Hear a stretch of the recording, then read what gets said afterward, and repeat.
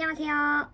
전에 기숙사 영상을 올렸을 때 많은 이제 예비 교대생분들이 기숙사에 대해서 궁금해 해주셔가지고 광주교대 기숙사에 대해서 더 잘 설명드리고자 영상을 찍게 되었습니다. 기숙사 방 유형에 대해서 말씀드리겠습니다. 일단 여자 기숙사 기준 4가지가 있습니다. 먼저 6인실 아파트형 6명이 살고요. 3개의 방에 6명이 들어갑니다. 아파트형 1인실 3개의 방이 있다고 했잖아요. 근데 그 방에 1명씩 들어갑니다. 방에 1명씩 들어가고 화장실이나 세면실 이런 거는 같이 쓰는 거죠. 세 번째, 1인 1실 원룸형. 이런 원룸형에 저 혼자 이렇게 사는 걸 말합니다. 네 번째, 원룸형 2인실. 여기 한 명, 여기 한 명 이렇게 해서 사는 걸 말합니다. 저는 1학년 때는 6인실 아파트형 추천드립니다. 저는 여기서 1년 반 살았었는데 새내기 때 이제 좋은 인연을 많이 만들 수 있어요. 제 친구들도 이렇게 만났고요.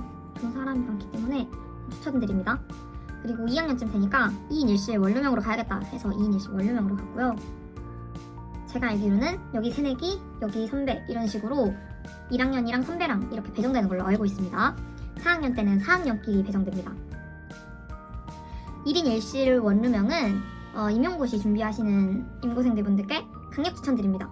이런 자기만의 루틴을 정할 때 방이 넓고 또 가끔은 핸드폰을 보느라 잠을 자고 싶지 않은데 상대에게 너무 피해줄 것 같은 마음 누리시면 됩니다. 그냥 샤워하는 시간 같은 것도 그냥 혼자 결정하에 혼자 씻고 할 수 있으니까 이런 게 굉장히 편했던 것 같습니다. 아파트형 원룸형도 안 살아봤는데 거기는 화장실이 2개가 있거든요. 샤워실은 1개. 그래서 저는 샤워 시간이 좀 중요하다고 생각해요. 나가기 전에 샤워하는 시간이 중요하다고 생각해서 여기 추천드립니다. 여기 1인 1실 원룸형 추천드립니다. 새내기라면 6인실 아파트형 추천드립니다. 6인실 아파트형엔 그리고 거실이 있기 때문에 냉장고 같은 거 놓기 좋습니다. 남자 기숙사 같은 경우는 1인실 있고 2인실 있습니다. 제가 2인실 안 들어가봤고 1인실만 방학 때 잠깐 써봤는데 굉장히 좋아요. 그 새내기 분들도 1인실에 신청할 수 있냐 이런 거 궁금해 하시던데 학년별로 다 최소 인원은 있으니까 신청하실 수야 있습니다. 하지만 떨어지면 자취행으로 갈 수도 있다. 가격은 이렇게 생각하시면 돼요. 만약에 이 2명이서 살 걸 1명이서 산다 하면 관리비를 2배로 내야 돼요. 관리비가 한 70만원 정도인데 140만원 냈다가 거기다 80만원을 더해서 그 비싼 가격이 나오게 되는 겁니다. 홈페이지에 보면 학생생활관이라는 부속 페이지를 찾아서 거기 들어가시면 공지사항이 있어요. 그냥 대학 홈페이지 공지사항엔 없습니다. 학생생활관 공지사항에 들어가시면 있습니다. 기숙사 입사 같은 것도 공지사항 전 거기서 봤던 것 같습니다. 홈페이지가 보기 힘들게 돼 있어서 개선해주세요. 기숙사 장단점 말씀드리겠습니다. 첫 번째, 학교랑 가깝다. 그리고 후문이랑 가깝다. 제가 후문에서 자주 논다고 했잖아요. 그렇기 때문에 후문이랑 가까운 거 굉장히 큰 메리트고요. 학교랑 가까운 거 좋습니다. 여기서 미술관 수업 조금 멀긴 합니다만 인사관까지 재걸음 기준 뛰어서 4분 정도 잡습니다. 51분에 나간다는 마인드로 준비를 마쳤고 53분 정도에 나갔어요. 그러면 지각하지 않습니다. 두 번째, 관리실 선생님이 친절하시다.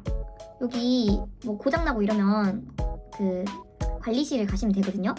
관리실이 그 안쪽 엘리베이터 그 뒤에 있는 관리실이란 말입니다. 세탁실 쪽에 있어요. 그 관리실로 가면은 뭐 시설물 설비 같은 거 해주시는데 너무 친절하세요. 그래서 바로바로 빨리 고쳐주시기 때문에 혹시나 불편한 점이 있으면은 관리실로 발로 직행하시는 게 좋습니다. 행정실은 행정일 있으면 가시고 관리실로 가셔서 지금 이런 문제가 있습니다 하면은 고칠 수 있는 거 바로 고쳐주십니다.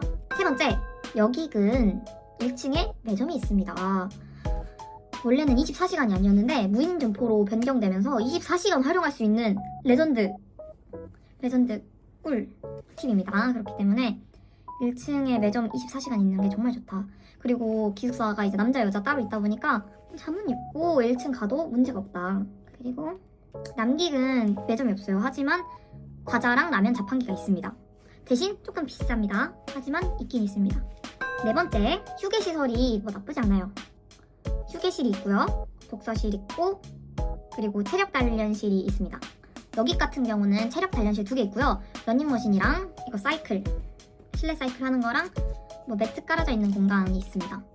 이렇게 해서 사용하실 수 있고요. 아령도 있었던 것 같은데 그 아령으로 또 운동하시면 되기 때문에 추천합니다. 그리고 남기근 체력 단련실이 굉장히 좋은 걸로 알고 있거든요. 근데 저는 아직 한 번도 안 가봤지만 체력 단련실 남자분이시라면 가셔서 운동하시고 모든 기숙사 비용 즐기시길 추천드립니다. 5번째, 이거는 제 기준 너무 좋은 건데 뜨거운 물이 칼칼칼칼 나온다는 점이 좋습니다. 저는 미지근한 뜨거운 물을 정말 싫어하거든요. 그렇기 때문에 언제 틀어도 언제 활용해도 바로 뜨거운 물이 엄청 뜨거운 물이 나오는 걸 좋아하는데 무슨 온천이 근처에 있는 줄 알겠어요. 진짜 따뜻한 물이 나오기 때문에 아침에 씻어도 따뜻하게 씻을 수 있습니다. 그래서 좋고요. 6번째, 늘푸름제라고 기숙사 축제를 하는데 이때 그냥 게임하고 부스 즐기기만 해도 간식을 줍니다. 또한 선물 추첨을 하는데요. 많이 줍니다. 세제 같은 건 열 몇 명 뽑고요. 세제, 휴지 이런 거는 좀 뿌리는 편이고 또 뭐 청소기, 무선 이어폰, 헤드폰 비싼 선물이 가끔이 아니라 지금 2회차인데 등장합니다. 매번. 그래서 기숙사 생이시라면 늘푸름제 놓치지 마세요. 왜냐면 경쟁률이 굉장히 낮다. 다른 경품 추첨에 비해서. 그렇기 때문에 추천합니다. 이 냉장고 한 번이라도 받으면 기숙사 진짜 뽕 뽑는 거거든요. 그렇기 때문에 기숙사비 이렇게 뽕 뽑았다 할 수 있기 때문에 꼭 참여하시길 추천드립니다. 그러면 장점을 말해봤으니까 단점을 말해봐야겠죠. 이건 기숙사의 단점은 아닙니다. 주변에 공사를 많이 해서 좀 시끄러워요. 여기 후문 쪽에 공사를 진짜 많이 한단 말이에요. 그래가지고 두두두두두두 소리가 들리기 때문에 아침에 가끔 공사 소리로 눈을 뜨면 기분이 매우 안 좋을 때가 있습니다. 이제 비쌉니다. 물론 일단 비싸요. 좀 비싼 것 같아요. 1인실 같은 경우는 비싼데 그만큼의 퀄리티가 나오지 않는 것 같아서 사실 돈이 조금 아깝습니다. 그리고 남자 기숙사에 비해서 여자 기숙사가 비싸다는 그런 상대적인 생각 때문에 기분이 매우 좋지 않습니다. 왜냐면 근데 전 기숙사 사실 좋아했으니까 4년 살았겠죠? 콘센트 위치가 항상 애매합니다. 멀티탭을 놓지 않으면 살 수 없는 느낌이고요. 콘센트 위치가 좀 애매한 게 별로다. 바퀴벌레가 나온다는 소문이 있습니다. 근데 이거는 저는 바퀴벌레를 본 적은 없어요. 벌레는 자주 나오고 또 저기 출입문 쪽에 여기 기숙사 안 말고 이 기숙사 출입문 쪽에서 실제로 좀 큰 바퀴벌레가 있는 걸 봤기 때문에 소문은 아닐 것이다. 바퀴벌레가 있긴 하지만 그래도 방역은 꾸준히 해주십니다. 근데 전 본 적이 없습니다. 그렇기 때문에 저도 벌레 싫어하긴 하는데요. 그냥 못 살 정도는 아니다. 냉방 난방이 중앙제어입니다. 제가 이게 할 말이 많은데요. 제가 겨울에 감기를 진짜 자주 걸리는 타입이긴 하거든요. 제가 임용 끝나고 감기를 3번 걸렸어요. 기숙사가 너무 추워가지고. 이불 보이시죠? 이불 그렇게 얇은 이불은 아닌데도 여기다 담요 덮고 핫팩까지 어느 날은 하고 잡니다. 왜냐면 너무 추워요. 그래서 커튼까지 다 내리고 창문 닫는 건 당연하고 온갖 방법이 있어도 너무 추워요. 그리고 여름을 걱정하시는데 전 여름은 그냥 오히려 무던하게 보냈습니다. 여름도 낮에 있으면 좀 더운데 저녁에 잘 때 그냥 하면 괜찮고요. 영 더위를 많이 타신다면 선풍기 가지고 오시는 거 추천드립니다. 아니 진짜 그냥 한마디 하자면 220만 원을 내잖아요. 3개월에. 근데 또 연장계사 한 달 하려면은 연장계사도 돈을 내요. 그렇기 때문에 돈을 진짜 많이 내는데 그래서 진짜 기숙사 난방은 제발 이제 저는 졸업하니까 상관없긴 하지만 제발 기숙사 난방 좀 따뜻하게 해주세요. 아니 진짜 억울한 게요. 기본 부대 시설들은 냉난방이 잘 되는데 왜 방 호실만 이렇게 너무 춥게 예를 들어 0시부터 3시 몇 시부터 몇 시 이렇게 운영을 껐다 열었다 한단 말이에요. 그러니까 좀 너무 추워요. 여러분도 추우면 바로 말하세요. 저는 그래서 설문조사 할 때 너무 춥다고 인간적으로 너무 춥다고 글 올렸더니 추가 냉난방이 배정이 됐긴 했거든요. 근데 그럼에도 불구하고 추워요. 힘들고요. 기숙사 의무식 제도가 저는 진짜 단점이라고 생각합니다. 저희가 기숙사 돈을 170 정도 내잖아요. 그러면은 그거의 절반 정도, 한 80만 원 정도가 그 기숙사 의무식 때문에 나가는 거거든요. 그래서 아침 조식이랑 저녁 석식 이 2가지를 의무식으로 딱딱 박아놓는데 그러면 저희가 만약에 점심을 먹으려면 점심은 또 돈 주고 사 먹어야 됩니다.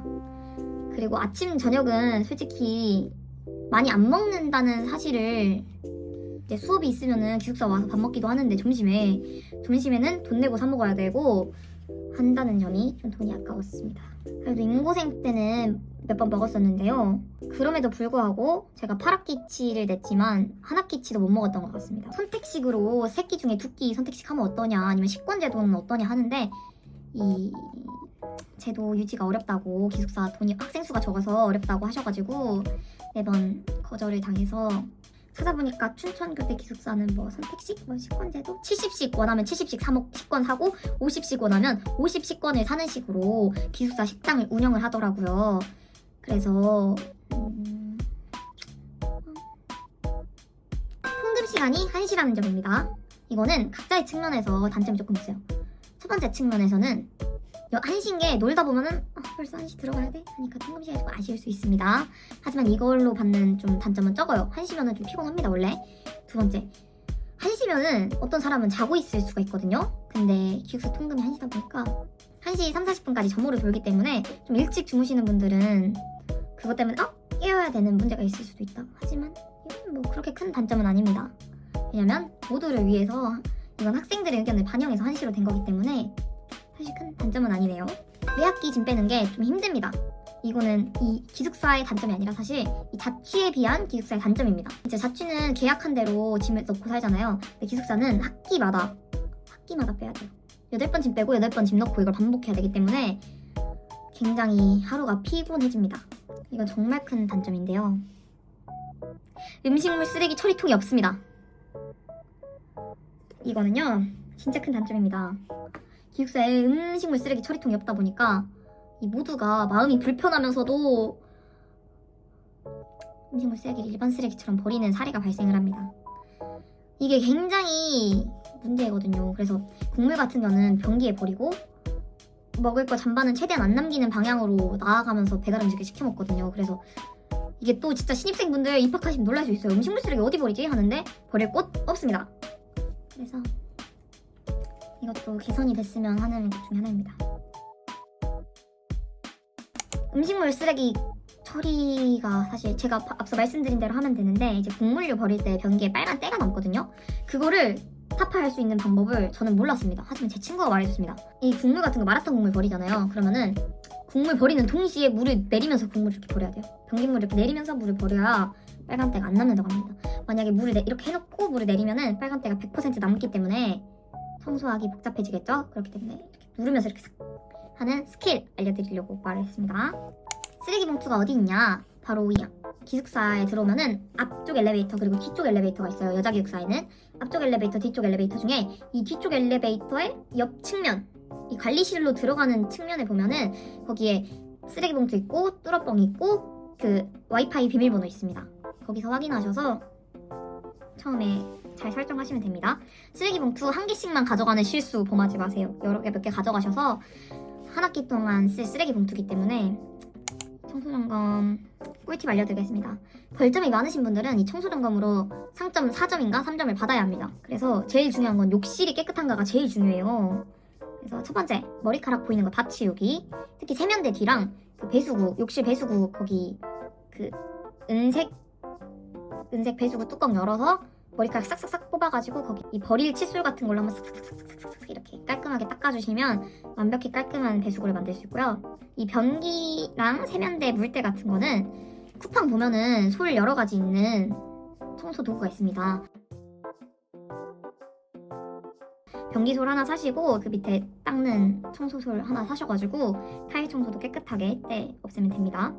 그리고 거울에 물때 같은 거는 그 핑크락스 같은 거 있거든요. 그거 청소부 뿌려가지고 물로 한번 뜨끈하게 지져준 다음에 마른 수건이나 마른 걸레 혹은 휴지로도 괜찮습니다. 휴지로 닦아가지고 환풍기 싹 돌려주면 물때 확실히 없어집니다. 그리고 가장 중요한 것, 환풍기를 항상 돌려주셔야 돼요. 저는 환풍기는 계속 돌려놓는 편이에요. 왜냐면 샤워하고 환풍기 안 돌리면은 물때 생기고 곰팡이 생깁니다. 그렇기 때문에 환풍기 항상 돌려주시는 자세로 쾌적한 화장실 생활하시고요. 이 방청소도 알려드릴 건데 방청소는 가장 중요한 게 뭐다?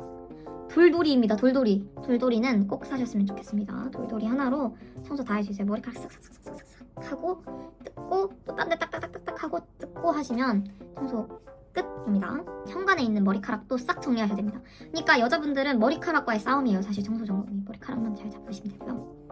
이와 마찬가지로 깨끗한 방 선발대회에서 배민 3만원권 주는 게 있어요.